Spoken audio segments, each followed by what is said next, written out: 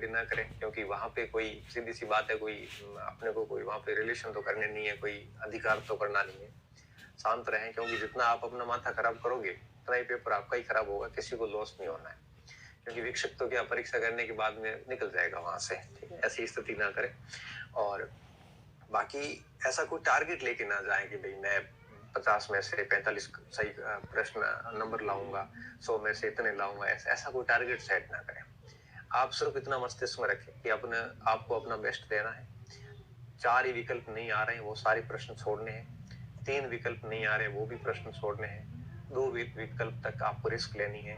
बहुत अच्छी तरीके से सवालों को पढ़ना है। सवाल पढ़ने के बाद में 4 ऑप्शंस है, उसमें से एलिमिनेट करके उत्तर निकालना है। और 20-20 के हिसाब से गोले भर देना। जैसे 20 इतिहास संस्कृति के सवाल कर लिए, पहले आ गए तो वो सॉल्यूशन करके फिर उसके गोले भर दो आप। फिर जैसे 20 इकोनॉमिक्स के हैं, उसको करके उसके भर दो। 20 अर्थव्यवस्था भूगोल क्या है, ऐसे कर करके आप करिए। समय बहुत है, बहुत आराम से सोच समझ के पेपर करना, क्योंकि जल्दबाजी में पेपर करने से कई बार मिस्टेक्स हो जाती है। आप अपना 100% देना। कोशिश ये करो कि आप ऐसा कोई टारगेट लेके ना जाओ, क्योंकि अगर आर्ट्स के स्टूडेंट हैं आप, तो 30+ का स्कोर बहुत अच्छा स्कोर माना जाता है। और बहुत अच्छा तो क्या, अच्छा स्कोर माना जाता है। 35+ का स्कोर बहुत अच्छा स्कोर है। और 40+ तो होता है तो फिर आउटस्टैंडिंग है ना। ऐसे बहुत कम बच्चे हो पाते हैं। ऐसा नहीं 40+ के चक्कर में आप गलतियां कर दो। और अगर साइंस के स्टूडेंट है तो 25 से 30 के बीच का भी बहुत अच्छा स्कोर माना जाता है। और 30-35 के बीच का बहुत बढ़िया स्कोर माना जाता है। कॉमर्स के स्टूडेंट के लिए 20-25 का स्कोर भी बहुत अच्छा स्कोर है ना। तो ऐसे लेके मस्तिष्क में रखें कि जैसे आर्ट्स के हैं तो 30 से ऊपर होता है तो बढ़िया है। ऐसा नहीं है कि 30 से नीचे वालों का सिलेक्शन नहीं होगा। 30 से कम होते हैं तो थोड़ा सा सेकंड और फर्स्ट पेपर पे थोड़ा सा दबाव बन जाता है, फिर वहां आपको परफॉर्मेंस प्रेशर रहता है। और हालांकि हमें अच्छे से पता है कि हमारे साथ एक स्टूडेंट 23 नंबर लाके भी टॉप 10 में आया था थर्ड पेपर में, कोई फर्क नहीं पड़ता। तो कला वर्ग के स्टूडेंट जितने भी हैं, चाहे हिस्ट्री हो, चाहे पॉलिटी हो, चाहे हिंदी हो, उनका 30 से अधिक का स्कोर जो है अच्छा स्कोर है, सम्मानजनक स्कोर है। फिर फर्स्ट और सेकंड पे ज्यादा जोर नहीं पड़ेगा। और इसके अलावा अगर साइंस के हैं तो 25 से 30 ठीक स्कोर है। 30 से ऊपर है तो और भी अच्छा है। और कॉमर्स है तो 25 तक भी ठीक है। कॉमर्स वालों का जीके बहुत ज्यादा कमजोर होता है, तो उनका ये भी ठीक है। हालांकि इससे कम होता है तो फिर थोड़ा सा आपको उधर ध्यान रखना पड़ता है। बच्चे पूछ रहे हैं उर्दू का, और हाँ, उर्दू में कई सब्जेक्ट ऐसे भी हैं कम भी चल जाता है, लेकिन अगर थोड़ा सा ठीक होता है तो बढ़िया रहता है ना। बाकी मैं ये कह रहा हूँ कि 40% का क्राइटेरिया इसमें सीधे तौर पे है नहीं थर्ड पेपर में, इस थर्ड पेपर में तो 40% का क्राइटेरिया नहीं है। तो मैं कह रहा हूँ कि पिछली बार कई ऐसे मेरे साथी है जो कॉमर्स में 6 नंबर लाके भी प्रोफेसर बने हैं, इंग्लिश में और हिंदी में 5-5 नंबर वाले भी प्रोफेसर बने हैं। तो वो तो आपका सब्जेक्ट बहुत अच्छा है तो थर्ड पेपर में कम होते हैं तो भी चल जाता है। लेकिन अगर सब्जेक्ट भी आपका नॉर्मली है और फिर थर्ड पेपर में थोड़े नंबर होते हैं तो ठीक रहता है, दबाव नहीं बनता। बाकी ये कोई रूल्स नहीं है कि ना आपको के सिलेक्शन के लिए 25 से 30 लाने पड़ेंगे, ऐसा कोई रूल्स नहीं। इससे क्या होता है कि थोड़ा सा दबाव कम बनता है ना। इस बात को मैं कहना चाह रहा हूँ। तो खूब होता है ये, पहली बात। दूसरी बात ये है कि ऐसा मैं कह रहा हूँ, टारगेट लेके नहीं बैठना है कि नहीं अपने को 35 करने ही करने, क्योंकि अगर प्रश्न पत्र बहुत टिपिकल आ गया तो 35 आर्ट्स वालों से भी नहीं होंगी, फिर वो 30 पे आ जाएंगी। इसलिए मैं हर बार कहता हूँ कि ऐसा टारगेट नहीं लेना चाहिए कि सेफ स्कोर इतना है।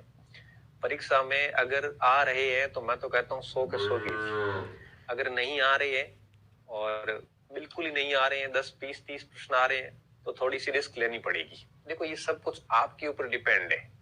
ऐसा नहीं है कि नहीं आ रहा है तो भी आपको, तो सर ने कहा था कि 25 करने ही करने हैं, तो 25 करने ही करने हैं ये सोच के करोगे तो नेगेटिव हो जाएंगे, 25 होंगे नहीं, क्योंकि ऐसे सोचने से तो होते नहीं।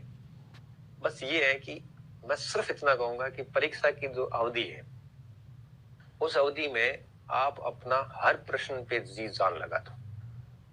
प्रश्न को 2 बार पढ़िए, एक एक विकल्प को एलिमिनेट कीजिए और उसका उत्तर निकालिए। ऐसे करते करते 100 प्रश्नों तक जाइए।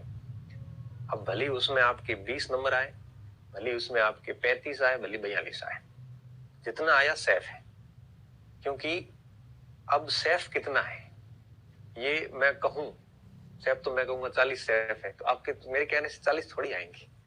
वो तो आपको खुद को करना पड़ेगा और अपना बेस्ट देना पड़ेगा एग्जाम हॉल में, तब जाके ये चीजें बहुत बढ़िया तरीके से चलेगी। क्योंकि आप टारगेट के साथ बैठोगे तो मात खा जाओगे। मात इसलिए कि पेपर कैसा आएगा ये ना मुझे पता है ना आपको पता है ना। तो पेपर का नेचर बहुत कुछ डिपेंड करता है उसके ऊपर, इसलिए आपको इस चीज का ध्यान रखना है कि ऐसा कोई टारगेट नहीं रखना है और प्रश्न को अच्छे से पढ़ना है। ऐसा नहीं हो कि कई बार बच्चे क्या करते हैं, पहले से 100 तक चले जाते हैं, फिर वापस जल्दबाजियां करते हैं, फिर एक बार पढ़ के उत्तर टिक करने की कोशिश करते हैं, फिर ऐसी 5-7 गलतियां होती है तो 3-4 नंबर कम चले जाते हैं। रोल नंबर भरते वक्त भी ध्यान रखो, अगर आपने आरपीएससी में रोल नंबर गलत भर दिया, 5 नंबर काट दी आरपीएससी, मतलब आपको सीधा 10 प्रश्नों का लॉस हो जाता है। ऐसी गलती ना करें, वहां जाके ठीक तरीके से रोल नंबर भरें। आपके पास में खूब टाइम होता है वहां पे। अर्थव्यवस्था में कई आंकड़े आएंगे तो उन आंकड़ों को ठीक से देखें, आंकड़ों में गलती से भी कोई तुक्का ना लगाए। तुक्का बिल्कुल मत लगाना। तुक्का कहाँ लगा सकते हो, जहां कंसेप्ट आए हो या कौन से कथन सही नहीं है, इस टाइप का प्रश्न आता है ना तो तुक्का लग सकते हैं कि उपरोक्त सभी सही है, इस टाइप से। अर्थव्यवस्था के आंकड़ों में कभी तुक्का गलती से मत लगाओ।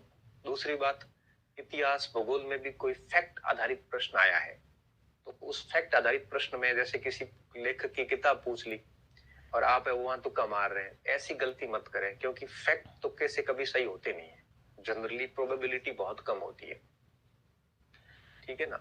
तो कहने का सीधा सा मतलब ये है कि आप तुक्का मारे नहीं। तुक्का अगर करना ही है कि आपको रिस्क लेनी है तो रिस्क आप कहाँ पे ले सकते हो, जहां जहां फैक्चुअल प्रश्न ना हो। अभी किसी योजना की डेट पूछी और आप तुक्का मार रहे हैं तो कैसे सही हो सकता है।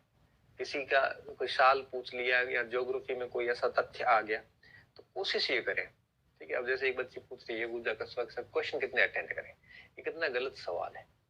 मैं कह रहा हूँ कि बहुत टफ पेपर आता है ना तो 70 भी अटेंड नहीं होते हैं, और बहुत सरल आता तो बच्चे 100 भी कर लेते हैं।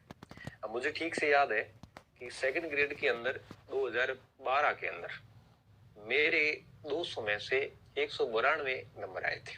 अच्छी तरीके से मुझे याद है क्योंकि पेपर सरल था। अगर यही पेपर आगे 2013 की मैं बात करूं, बच्चे 65 नंबर भी नहीं ला पाए थे क्योंकि पेपर टफ था। तो अटेंड कितने करने हैं ये इस बात पे तय होता है कि पेपर का लेवल कैसा, आपकी तैयारी कैसी है। मैं तो ये कहूंगा कि मैं कहता हूँ आपको 80 अटेंड करने, तो क्या आप 80 करोगे, आपको आ ही 70 रहे हैं तो। इसलिए कभी भी मस्तिष्क में ये मत रखना कि कितने अटेंड करने हैं। अब ये भी नहीं कि बिल्कुल ही नहीं करें, 50-55 अटेंड करके आ गए, ऐसा भी नहीं होना चाहिए।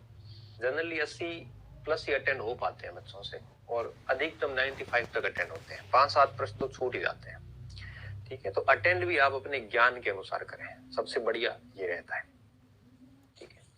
लास्ट टाइम टेस्ट सीरीज की आप व्याख्याएं पढ़ सकते हैं। टेस्ट सीरीज देने से बचें क्योंकि टेस्ट सीरीज के पेपर आते हैं उनमें कई बार लेवल बहुत हाई होता है, कई बार फालतू के प्रश्न होते हैं। तो ऐसी स्थिति में आपका मोरल डाउन हो सकता है, आपको थोड़ा सा डर लग सकता है, आपको एंजाइटी हो सकती है, नए बच्चे हैं तो ऐसी स्थिति आ सकती है। तो इस चीजों से बचें। सर न्यू बजट गवर्नमेंट की स्कीम्स वगैरह देखो, अब पेपर तो 10 दिसंबर से पहले का बना हुआ है तो सारा का सारा पहले का ही है। और दिसंबर का विधानसभा चुनाव के परिणाम थोड़े ध्यान रखना, इससे पहले क्या आएगा किसी को नहीं पता। राजवंश पहले पढ़ लिए थे लेकिन अब देखा नहीं जा रहा, तो कोई बात नहीं, राजवंश के पुराने पेपर के प्रश्न आज रात को निकाल लो, बाकी राजवंश वापस पढ़ने की जरूरत नहीं है, एक आधा प्रश्न आता है, ठीक है। तो ये है, रिकॉर्ड मिल जाएगी सर ये क्लास। तो ये कुछ प्रश्न थे आपके, तो बढ़िया तरीके से करना। 5